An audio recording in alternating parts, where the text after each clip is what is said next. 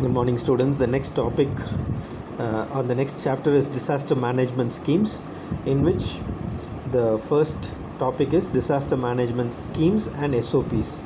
SOPs is standard operating procedures. Okay, so in disaster management schemes, we are going to see the various government schemes. You know that for disabled people, the government has some schemes like free railway pass, free bus pass.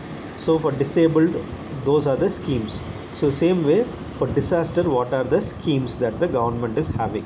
So those things we will see. So the first scheme is, these are not the real schemes that we'll see later, but here some of the schemes in which they improve the infrastructure are: first thing, procurement of motor boats in the flood prone districts. Okay, in the whole of India there are 28 districts that are highly prone for floods. That is, almost every year they get floods. So in these 28 districts, the government has allowed getting motor boats. So the water resource department will buy the boats and keep it ready. So in case there is flood, the boats will be used to rescue the people. Next, the state disaster response force is established. We already know in the structure of disaster management in the first chapter, we studied that the establishment of the National Disaster Response Force was done, NDRF. Okay, whenever there is a disaster, you will hear about this in the TV and news. NDRF, அதாவது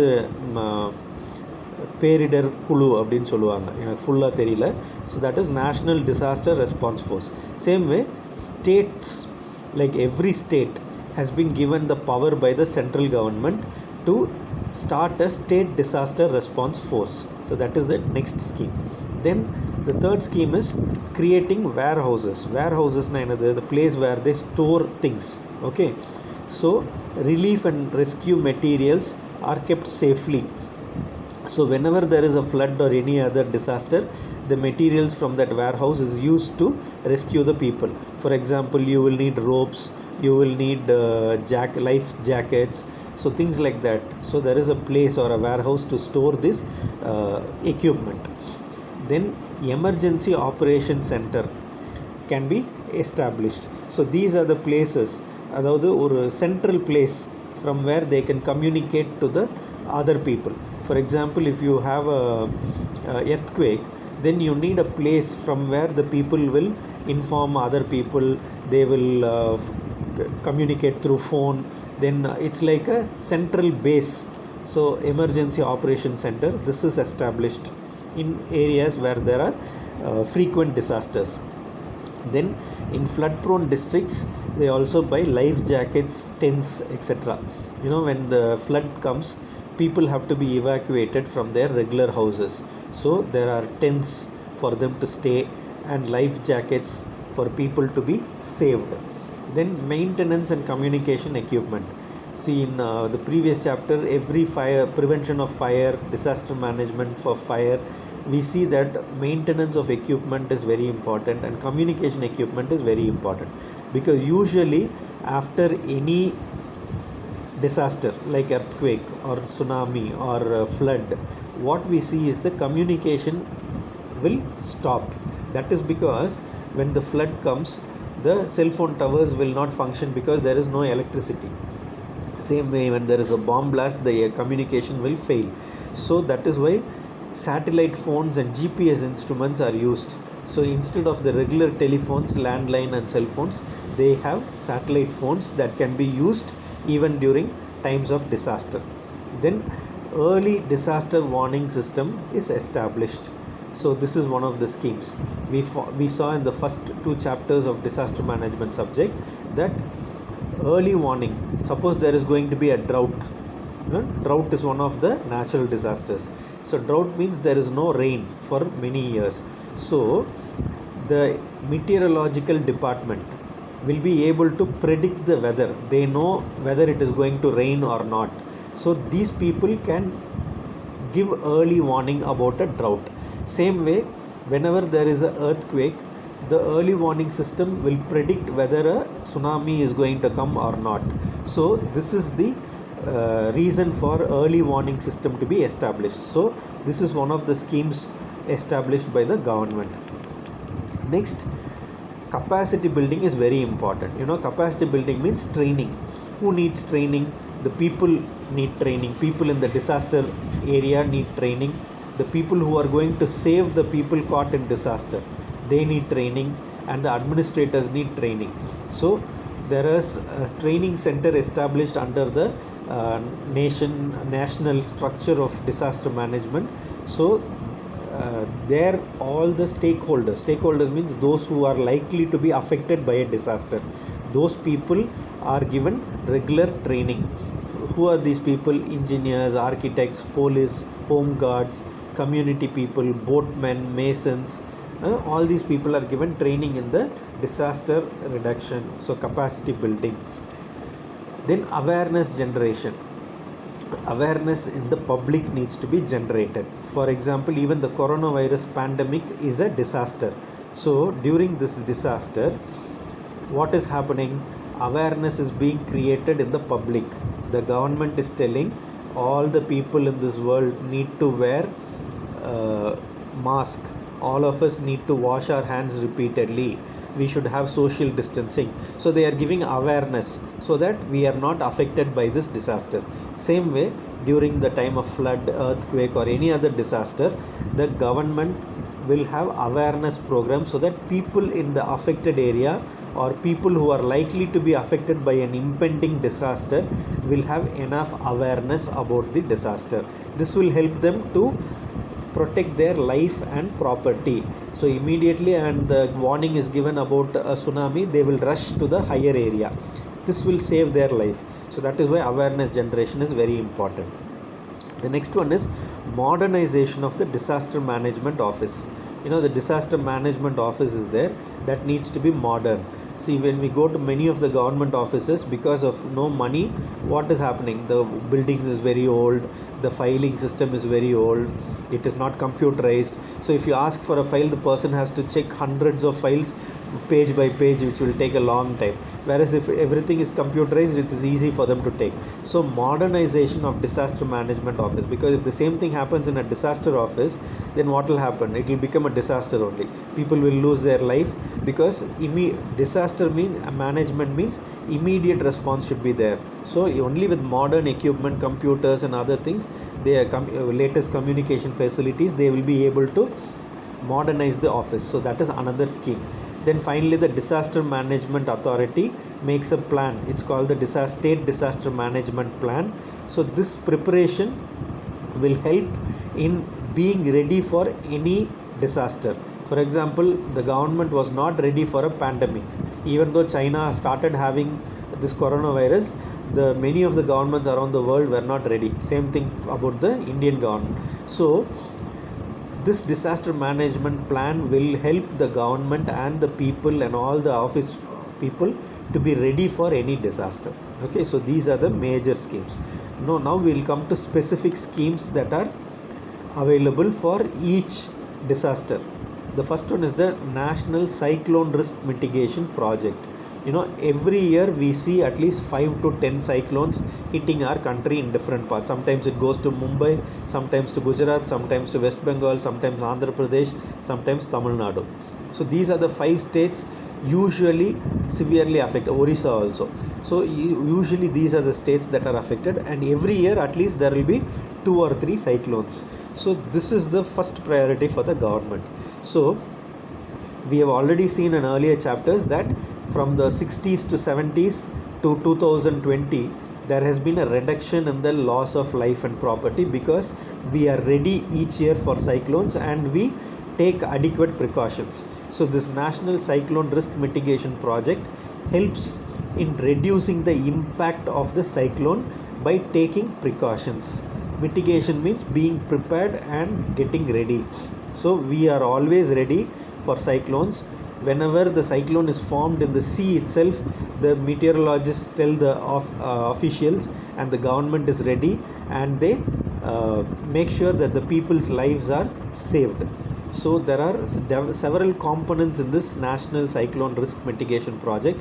Component A is the last mile connectivity. That means even the even the remotest villages are informed about the risk of a cyclone. So even the fishermen who don't have cell phones, who live in remote parts of the country, they are informed.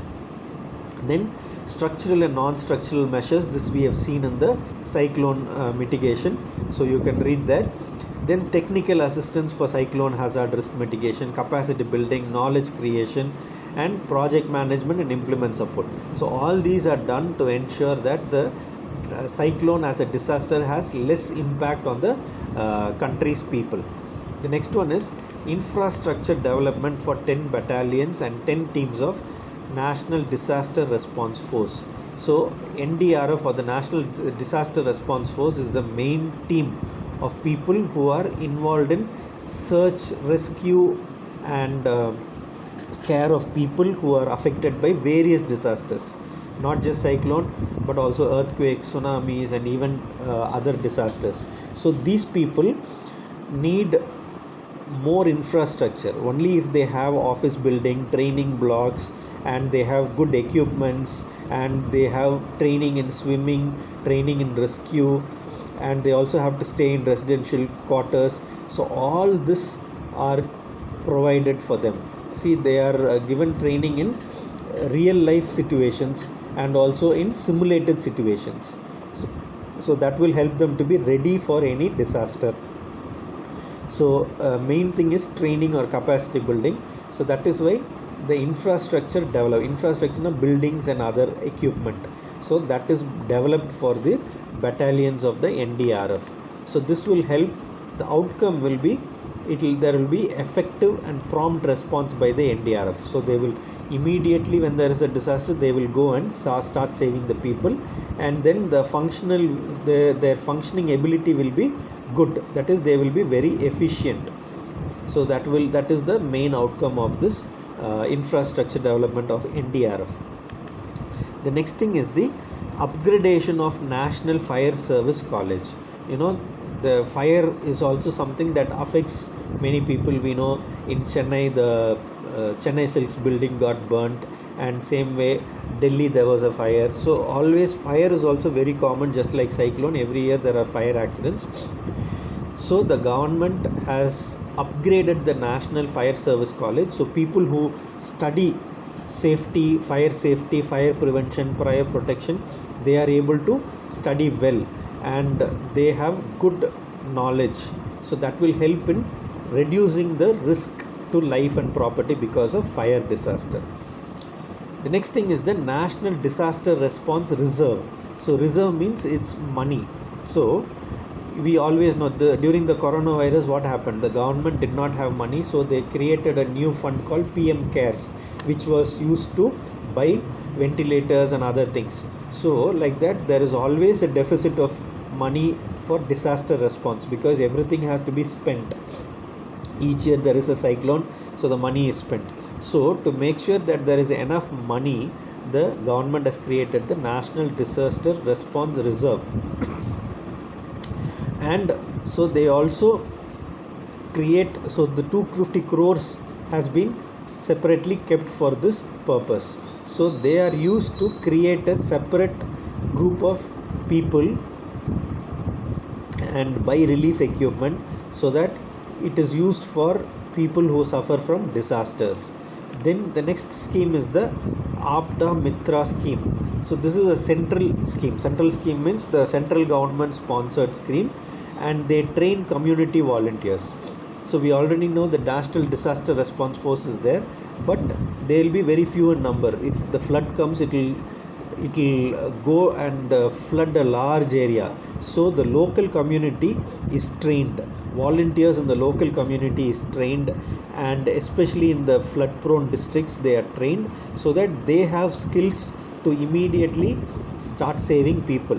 Sometimes flash floods come where no advance notice is there, and sometimes the National Disaster Response Force takes time to come. If they are based in some other city, they have to take a flight and come. By then, a lot of people will die. So to overcome this, the local volunteers are trained, so that they know what to do during floods and flash floods, and they help the local population. So there are at least 200 people per state, that is 6,000 community volunteers are available, and they are also trained and they have enough knowledge to take care of the people.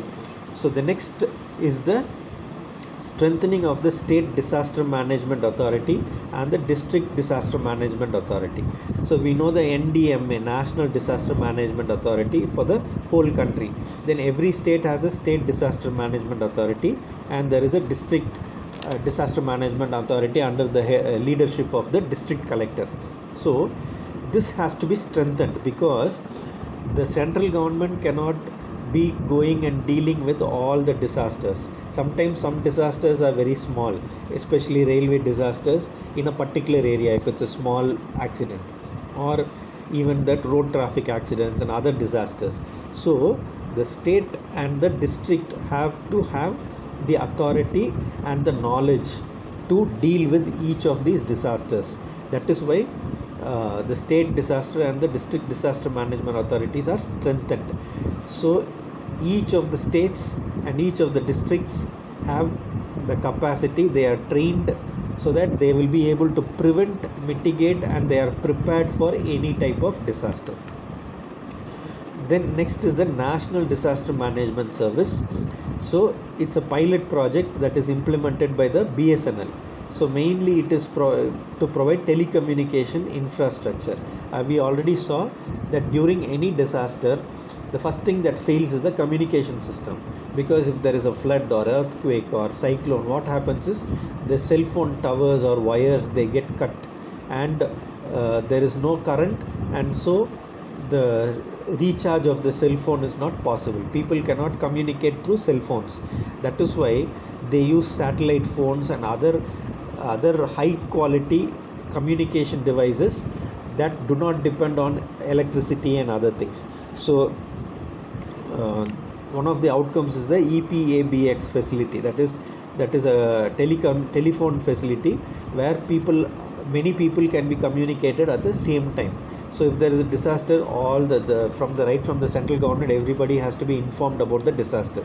So through this telecommunication method, a lot of people can be informed about the disaster in a very short time. So that helps in saving life and property by quick response.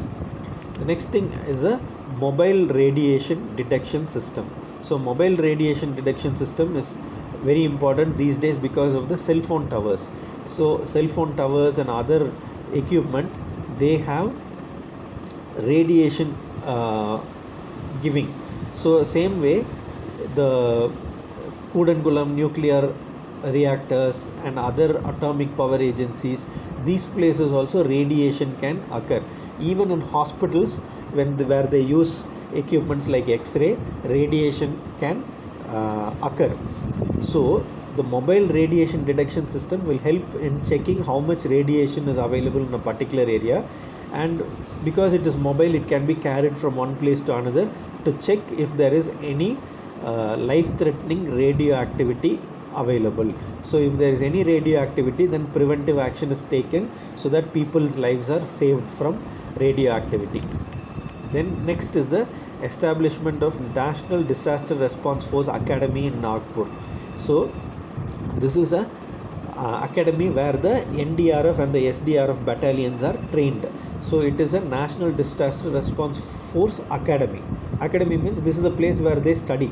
The people who are going to work in the NDRF and SDRF, they are the ones who are going to deal with any disaster, deal with rescue, deal with searching for people, searching for dead people, and also people who are alive below the water or below the rubble of an earthquake affected place. So they need high quality training, and this Disaster Response Force Academy provides such training. So what are the training that are given? Training of trainers, master trainers, collapse structure search and rescue, medical first responder training, flood rescue, deep diving, landslide, mountain rescue, chemical, biological, radiological and nuclear emergency training. So all these kinds of trainings are provided so that they have enough knowledge and skills to deal with all kinds of disasters. In any situation, in any disaster, they know what to do and how to save the life of people, how to treat give emergency first aid, and how to save the property and life of people. Then the next scheme is the sustainable reduction in disaster risk in 10 multi-hazard districts. We saw there are 30 districts or more affected by cyclones. There are some districts which are at risk of earthquakes. There are 10 districts in our country which are at risk of multiple hazards. For example, there are 2 in each of these 5 districts: Uttarakhand, Assam, Bihar, Himachal and Jammu Kashmir. So they are at a risk of cyclones, floods, earthquakes, so multiple hazards. It's not only cyclone or some other disaster, but many disasters occur in these districts. So the local government and the community are prepared all the time, and adequate drills, mock training is provided, awareness is created to the people and the local government. So what is the outcome of this is, there will be proper awareness in the people. They are prepared for any disaster. They all know what to do in case of a disaster. Immediately they will take precautions so that their lives are saved. Then finally, the last scheme is the National Emergency Communication Plan. Why this was given importance is because after the Orissa super cyclone in 1999 and Gujarat earthquake in 2001, the first thing that happened was the phone networks went down, because earthquakes causes damage to the communication facilities. Same way cyclone also causes power lines and communication to be down. So the National Emergency Communication Plan makes sure that there are alternate communication methods. What are the alternate communication? Instead of using landline and cell phone, they have satellite based communication. Then VSAT, satellite phones, video, data, voice communication. So all this is possible because of the latest communication equipment. So this helps to communicate to the authorities and also to the people, even though there is no cell phone and landline communication possible because of a disaster. Okay, so these are the various schemes that the central government and state governments have done to ensure that disasters are mitigated, and to ensure that we are all prepared for any disaster at any time, so that with minimal risk to life and property, maximum life and property can be saved. Okay. Then the next topic is standard operating procedures. So what is standard operating procedure? It means it is the work that has to be done by any agency that is involved in disaster relief. See, SOPs is not only for disaster but also for even hospitals, anybody. Even you can have a SOP in your own house, what you need to do in a particular situation. So SOP during a disaster means there are multiple agencies involved. For example, when there is a tsunami, who all are involved? The NDRF is involved, the fire and rescue people are involved, police are involved, then communication people are involved. So all these people are involved. So each of them should know what they should do during a particular disaster. So that is why SOPs are made. These standard operating procedures list down point wise, like first what you should do, second what you should do, third what you should do in a particular disaster. So at the same time, which person has to do what work, what does a security guard have to do, what does the director of the organization have to do. So each person what they have to do, this SOP will list down point wise. So each person should remember and they have to follow the procedure one by one. This will help overcoming the disaster in a quick and easy manner. So the SOP varies for each disaster, but it covers the following 5 things. First is the preparation. So the SOP tells about what is the method of preparation, how you should plan, how you should have enough training and other preparation, so that people are always ready for any disaster. So when the disaster occurs, immediately they go for search and rescue and make sure the people are saved. So this is preparation phase. So during the preparation phase, they have simulation training through computer. They simulate situations when there is an earthquake, what can happen, cyclone, what can happen, and what people have to do. They also conduct live training and conduct mock drills or exercises. See, even the army, when there is no fighting, we have millions of people in the Indian army. Very few people are always in the Kashmir border.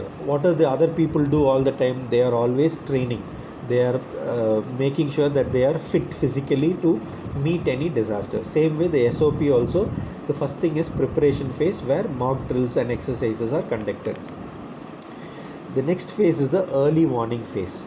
So this is the phase where even before the disaster occurs, there is warning given to the people who are in the disaster management team. So police are given information. Suppose there is going to be earthquake in Vellore. So who will be informed first? The district collector will be informed, the police will be informed, the fire and safety rescue people will be informed. So they are given early warning. So they know that they have to be ready. So immediately they get the equipment ready, they get the things ready which are needed for rescue, and make sure that they help as soon as the disaster strikes, or even before the disaster strikes. Like for a cyclone, they start evacuating the people to places far from the sea so that their lives are saved. So this is the early warning phase. Then the response phase is after the disaster occurs or during the disaster. So immediately after, when the disaster strikes or after the disaster strikes, the people involved in the NDRF and other volunteers, other agencies, they make sure that they go and meet the people who are affected and provide immediate relief. They search and rescue and evacuate, and sometimes if the person is injured, they send them to the hospital. So this is the response phase of the SOP. Then the SOP of the next phase is the relief phase. So the relief phase, the people who are affected are given the essential things, that is food, water, clothing, shelter, and adequate medical care. See, even the coronavirus, the first 1 month and 2 months, what did all the NGOs do? They went around giving food, free food to all the people in the road, to all the migrants. Now are they giving after 4 months? No, because now everybody knows that it is a long term thing and they have started taking care of themselves. But immediately after a disaster is when the relief phase is very important, because a lot of people will not have food, they won't know what to do, they won't have drinking water facility, health facility. So immediately after a disaster, the relief phase, people are provided all these basic things. Then the next thing is the restoration phase. Restoration means bringing back to normalcy. So during this phase, after the disaster has occurred, the people are given, the situation is stabilized, and all the other utilities are given. Utilities means electricity, power supply, telephone supply. So during the disaster, all this will be failed. So after the disaster, these things will be restored, and also the normal life of the people affected by disasters will be restored. So all these SOPs, standard operating procedures, are for short term or just before the disaster to during the disaster and just after the disaster.